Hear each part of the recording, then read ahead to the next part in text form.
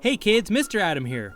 Books can provide some of the best adventures you'll ever go on. Today we're reading Goldilocks and the Three Bears, retold and illustrated by Valeri Gorbachev.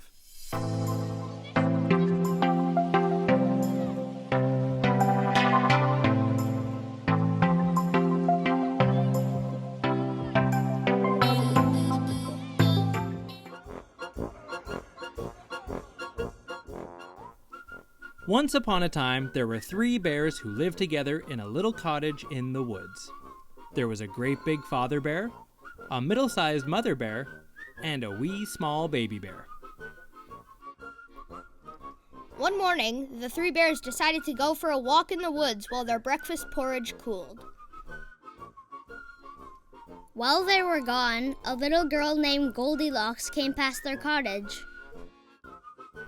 She peeked in the window, and when she saw that no one was at home, she went inside. There on the table sat the 3 bowls of porridge. The porridge smelled so delicious that Goldilocks just had to have some. First, she tried the porridge in the great big father bear's great big bowl, but it was too hot. Next, she tried the porridge in the middle-sized mother bear's middle-sized bowl, but it was too cold.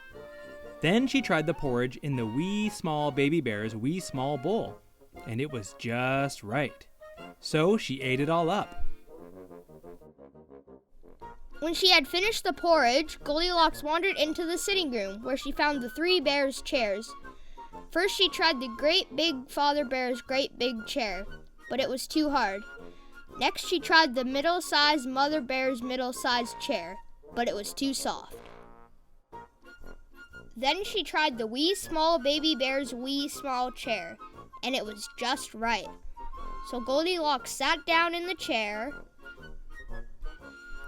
and broke it all to bits. Then Goldilocks went upstairs, where she found the 3 bears' beds. First she tried the great big father bear's great big bed, but it was too hard. Next she tried the middle-sized mother bear's middle-sized bed, but it was too soft. Then she tried the wee small baby bear's wee small bed, and it was just right. So Goldilocks lay down and fell fast asleep.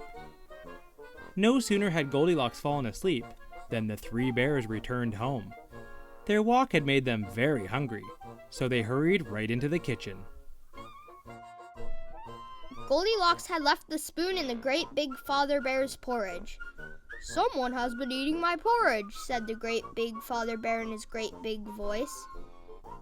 The middle-sized mother bear saw that the spoon had been left in her bowl of porridge too. "Someone has been eating my porridge," said the middle-sized mother bear in her middle-sized voice. Then the wee small baby bear looked at his bowl of porridge. "Someone has been eating my porridge," cried the wee small baby bear in his wee small voice. "And they've eaten it all up." The 3 bears hurried into the sitting room.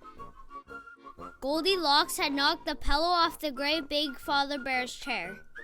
"Someone has been sitting in my chair," said the great big father bear in his great big voice. The pillow on the middle-sized mother bear's chair had been moved too. "Someone has been sitting in my chair," said the middle-sized mother bear in her middle-sized voice. Then the wee small baby bear looked at his chair. "Someone has been sitting in my chair," cried the wee small baby bear in his wee small voice, "and they've broken it to bits."